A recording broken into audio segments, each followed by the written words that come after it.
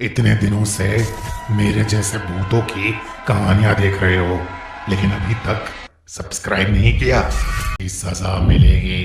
Gwalior fort. मधु दिल्ली में रहने वाली 23 साल की एक रिसेप्शनिस्ट थी। वैसे तो वो ग्वालियर से थी, मगर करीब 15 सालों से वो अपनी माँ के साथ दिल्ली में ही रह रही थी।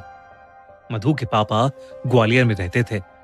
कई बार बुलाने के बावजूद भी उनके पापा पिछले 15 साल से मधु से मिलने नहीं आए थे।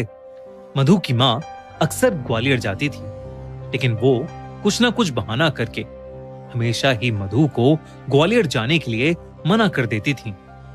और इसलिए मधु अपने माँ बाप दोनों से बेहद नाराज रहती थी। ऐसे ही एक रोज जब मधु की माँ और उसकी बहन ग्वालियर में थे, तो मधु ने अपने होटल से छुट्टी लेकर ग्वालियर जाकर सबको सरप्राइज करने का एक प्लान बनाया। लेकिन जैसे ही मधु ग्वालियर वाले घर पहुंची, उसकी माँ उसे देखकर सुन्न पड़ गई। ऐसा लग रहा था मानो कुछ घोर अनर्थ हो गया हो। मधु की माँ एकदम से बहुत ज्यादा घबरा गई और वो मधु को वापस दिल्ली जाने की भीख मांगने लगी। मधु को यह बहुत अजीब लगा। उसने अपनी माँ से कहा कि वो अपने पापा से मिलने आई है और उनसे मिले बिना वो कहीं नहीं जाएगी। देर रात हो चुकी थी। मधु की माँ ने उसे बहुत समझाया, लेकिन मधु नहीं मानी। उस रात काफी देर हो चुकी थी, लेकिन उसके पापा अभी तक घर नहीं आए थे, ना ही उनका फोन लग रहा था। मधु की माँ बहुत ज्यादा परेशान हो गई थी और वो अभी भी बार बार मधु से वापस जाने की विनती कर रही थी। अपनी माँ की ऐसी बातें सुनकर मधु का दिल टूट गया था। उसे लगने लगा कि शायद उसके पापा उससे मिलना ही नहीं चाहते, और इसलिए उसने अपनी माँ की बात मान ली और वो घर से रेलवे स्टेशन के लिए निकलने ही वाली थी कि अचानक उसे चक्कर आने लगे और वो घर की चौखट पर बेहोश होकर नीचे गिर गई। उस रात उसे एक सपना आया कि उसके पापा ग्वालियर फोर्ट में भूल भुलैया में फंसे हैं और मधु को ढूंढ रहे हैं, और ढूंढते ढूंढते वो ग्वालियर फोर्ट की छत पर पहुंच गए हैं। तभी उन्हें वहां एक लड़की दिखी जो मधु की तरह दिख रही थी, लेकिन जैसे ही उसके पापा उस तक पहुंचे, उन्होंने देखा कि वो मधु नहीं बल्कि एक भयानक औरत है जिसका आधा सर है ही नहीं। और ये देखते ही वो ग्वालियर फोर्ट की उस छत से नीचे गिर गए। उनके नीचे गिरते ही मधु की चीख निकली, पापा! और मधु की नींद टूट गई। सुबह हो चुकी थी और उसके घर पर भीड़ इकट्ठा थी। मधु की माँ ने उसे बताया कि कल रात मधु के पापा ने ग्वालियर फोर्ट की छत से कूदकर अपनी जान दे दी। जब ये बात मधु ने सुनी तो उसका दिल पूरी तरह चकनाचूर हो गया। सब लोगों के जाने के बाद वो तुरंत अपनी माँ को साइड में ले गई और अपने सपने के बारे में बताने लगी। और तब उसकी माँ ने मधु को कुछ ऐसा बताया जिसे सुनकर मधु की रूह कांप गई। दरअसल 15 साल पहले जब मधु छोटी सी थी, तब उसके पेरेंट्स उसे ग्वालियर फोर्ट घुमाने लेकर गए थे। उस दिन फोर्ट में बहुत भीड़ थी, जिसकी वजह से छोटी सी मधु अपने पेरेंट्स से अलग हो गई थी। वो मान सिंह महल के सबसे नीचे वाले फ्लोर में फंस गई थी।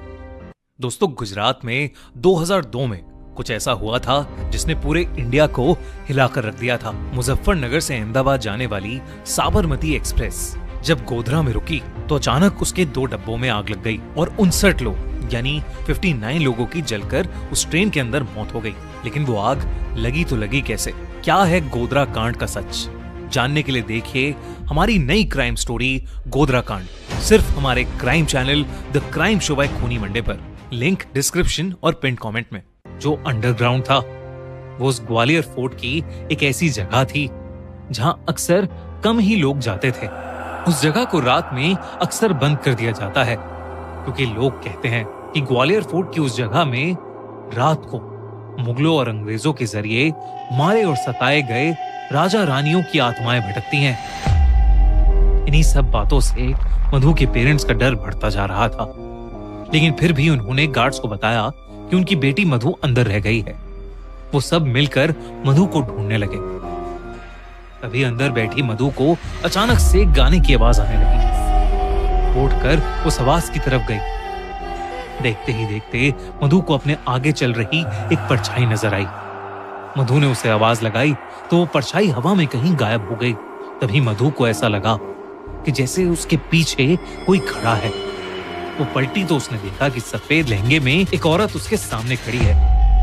उस औरत का भयानक चेहरा देख नन्ही सी मधु की चीख निकल गई। उसका आधा चेहरा था ही नहीं और उसके हाथों और पैरों में कीड़े चल रहे थे। ये देखकर मधु बहुत ज्यादा डर गई और भागकर किसी कमरे में घुस गई। उसने दरवाजा अंदर से लॉक कर लिया और जोरों से रोने लगी।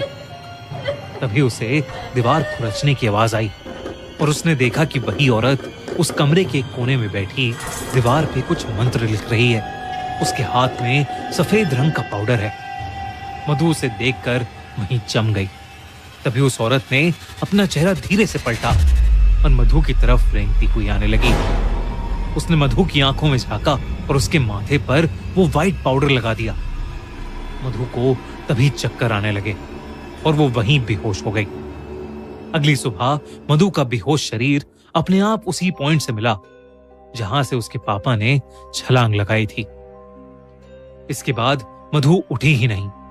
उसके पेरेंट्स उसे कई डॉक्टर्स के पास लेकर गए मगर कोई समझ ही नहीं पाया कि आखिर वो बेहोशी की हालत में क्यों फंस गई थी।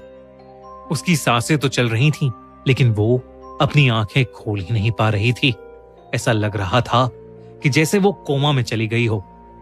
तब मधु की मां एक पंडित को बुला के लाई, जिन्होंने मधु को देखते ही बता दिया कि मधु को महल की एक मरी हुई रानी की दासी का श्राप लग गया है, जिसकी आत्मा वहां अपने मौत का बदला लेने के लिए भटक रही है। उन्होंने बताया कि मधु के अंदर एक शैतान वास करने लगा है और वो धीरे धीरे मधु की जान ले लेगा। मधु के पापा उसे बहुत प्यार करते थे और वो कुछ भी करके अपनी बेटी को बचाना चाहते थे। उन्होंने उस पंडित से कोई ना कोई हल निकालने की विनती की। उन्होंने कहा कि मधु के अंदर की शैतानी आत्मा के प्रभाव से बचने के लिए किसी को मधु के बदले अपनी बलि देनी होगी, जिसमें उस इंसान को उस आत्मा की गुलामी करनी होगी, जिसमें शायद उनकी जान भी चली जाए। मधु के पापा ने कहा कि वो जिंदगी भर उस आत्मा की गुलामी करेंगे, लेकिन मधु को कुछ नहीं होने देंगे।